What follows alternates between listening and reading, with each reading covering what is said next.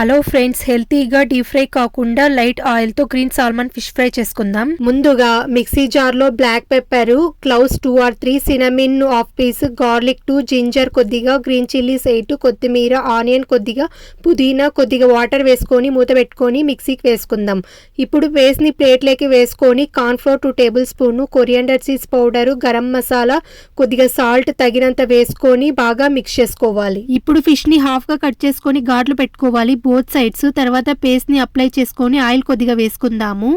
తర్వాత 10 minutes magnet చేసుకోవాలి, ఎందుకంటే ఫిష్ బాగా టేస్టీగా ఉంటుంది. ఇప్పుడు ఫ్రై కోసం ఆయిల్ 2 టేబుల్ స్పూన్ వేసుకుందాం. మ్యాగ్నేట్ చేసుకున్న ఫిష్ వేసుకుందాం. బోత్ సైడ్స్ తిప్పేసుకుంటూ ఫ్రై చేసుకోవాలి.